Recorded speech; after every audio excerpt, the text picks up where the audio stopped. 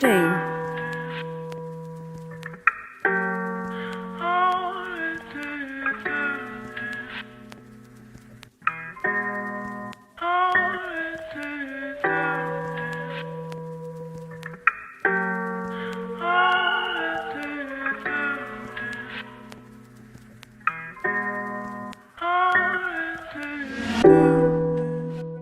Et bonjour à tous. Alors aujourd'hui je voulais vous faire une petite vidéo pour vous parler un petit peu de l'avenir de la chaîne, de quelques réflexions sur le travail qui avait déjà été fait et bon voilà, en gros de la suite des événements, revenir sur certaines choses aussi, de ce qui avait pu être fait, de certaines critiques, certaines autocritiques que je pouvais faire par rapport à mon travail. Bon alors tout d'abord je souhaitais revenir sur un élément qui moi me tracasse pas mal un petit peu dans tout ce que je veux produire, ça va être les questions esthétiques.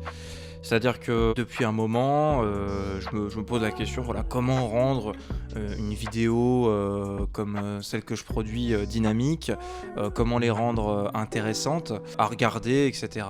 Et bon alors, au départ, j'avais commencé sur un montage, je reprenais des mèmes, etc.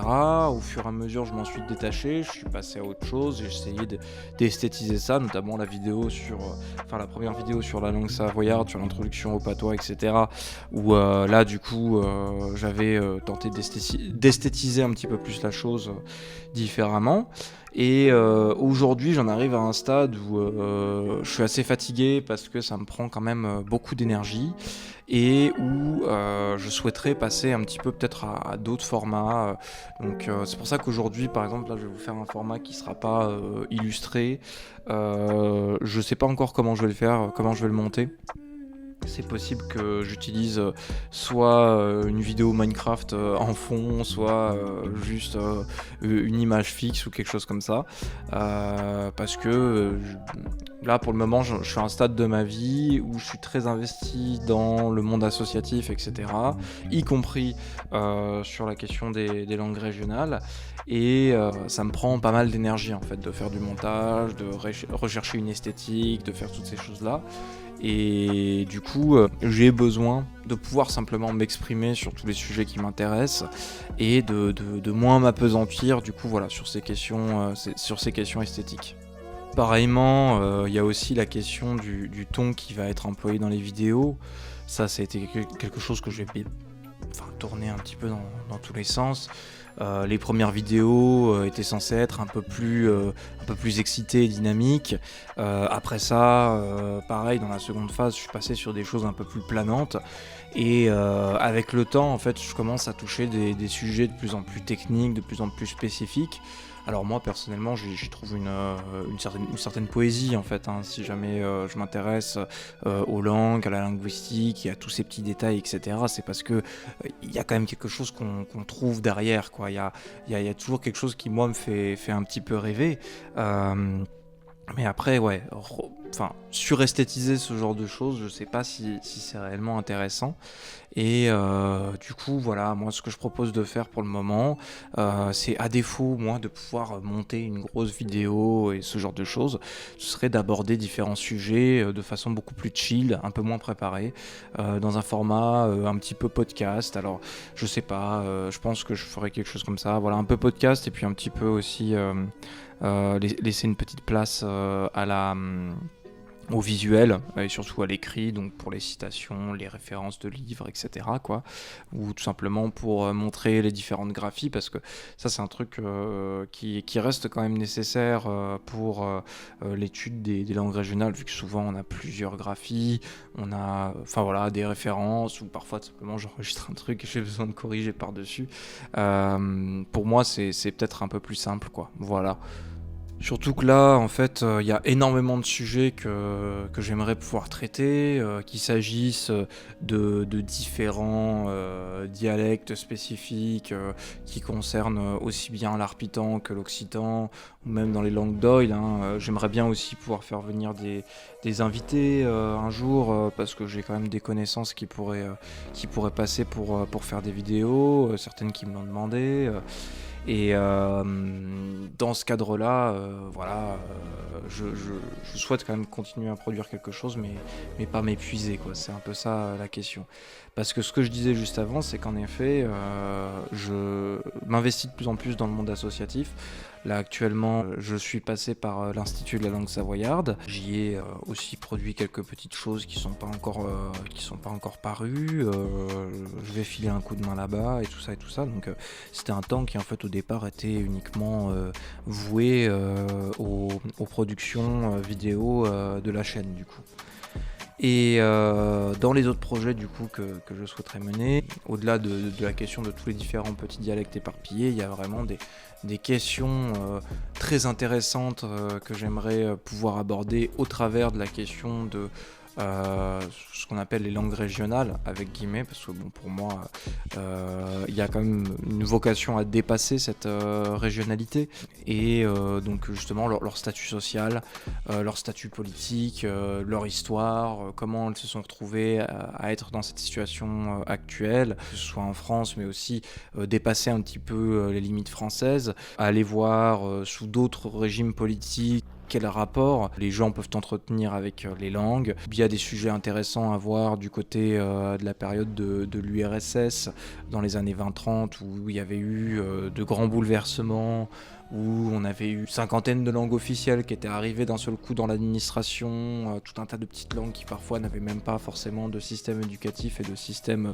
standardisé. Je sais pas, je pense par exemple à l'Abkhazie dans le Caucase, mais on va aussi avoir à ce moment-là l'espéranto qui prend une certaine place dans le débat linguistique en URSS, puis comment ça s'est refermé dans les années 40 avec l'ascension au pouvoir de Staline.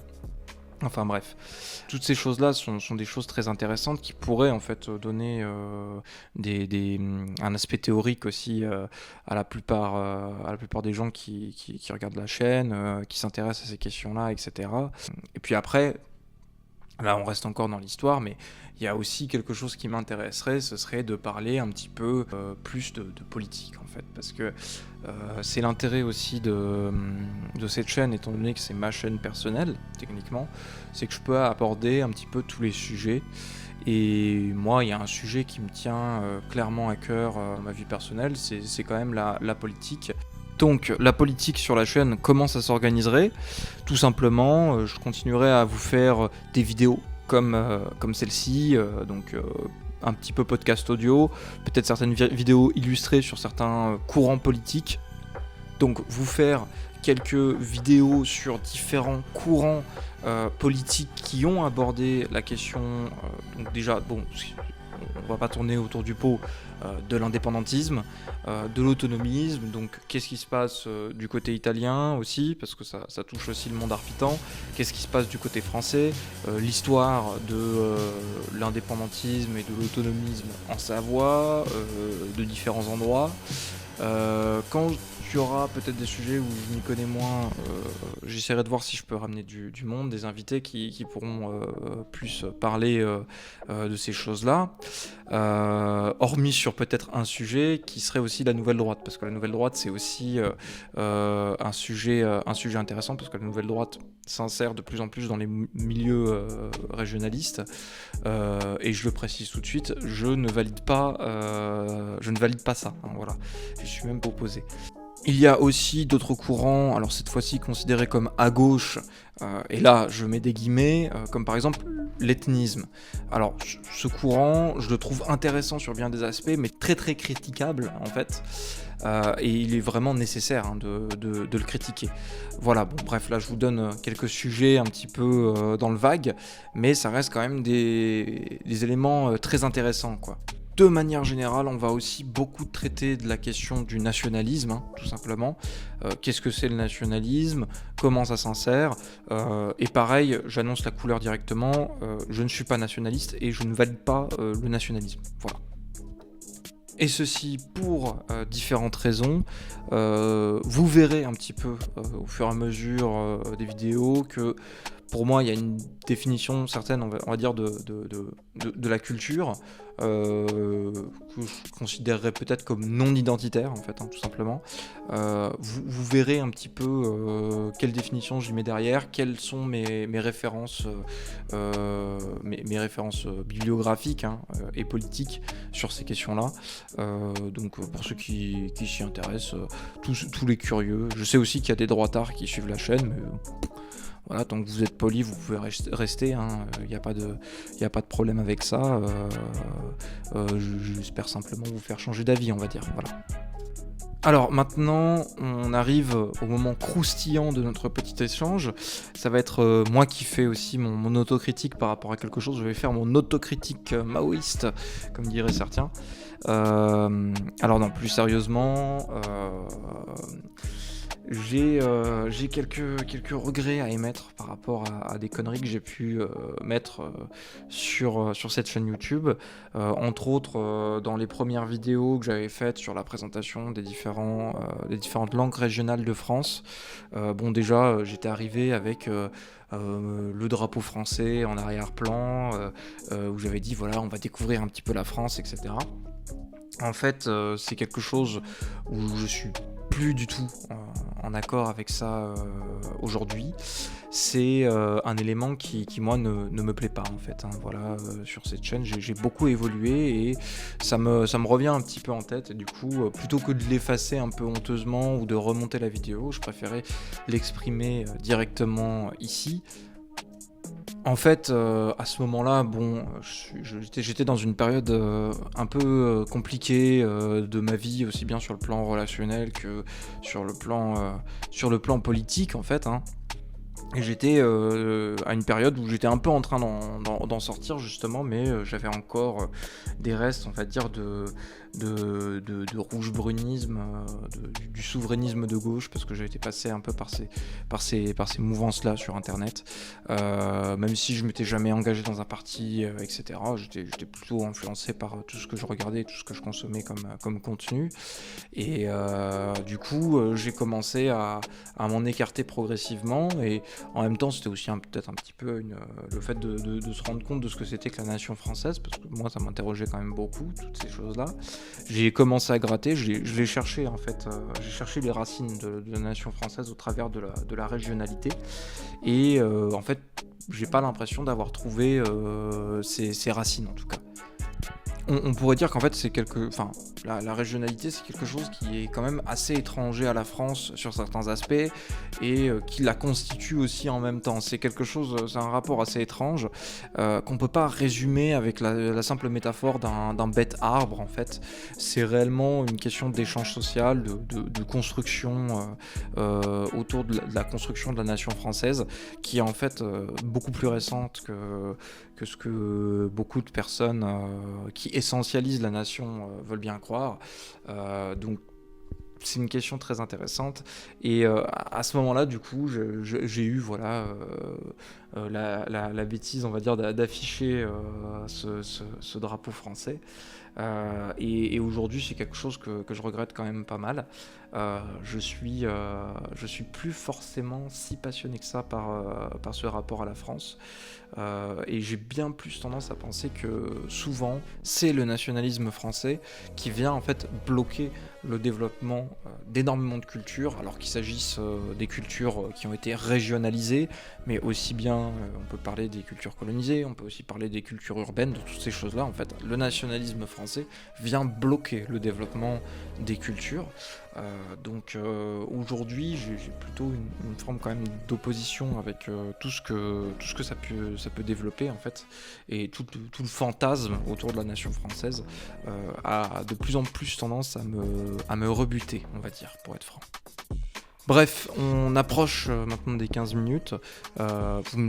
Je vous laisse un petit peu débattre en commentaire, me dire si vous avez des recommandations, si vous préférez une chose ou une autre. Mais voilà, dans les prochaines vidéos, je pense qu'on va s'orienter vers des éléments un peu plus typés podcast, mais avec quelques petits encadrés, quelques petits tableaux de conjugaison ou quelques références à certains livres.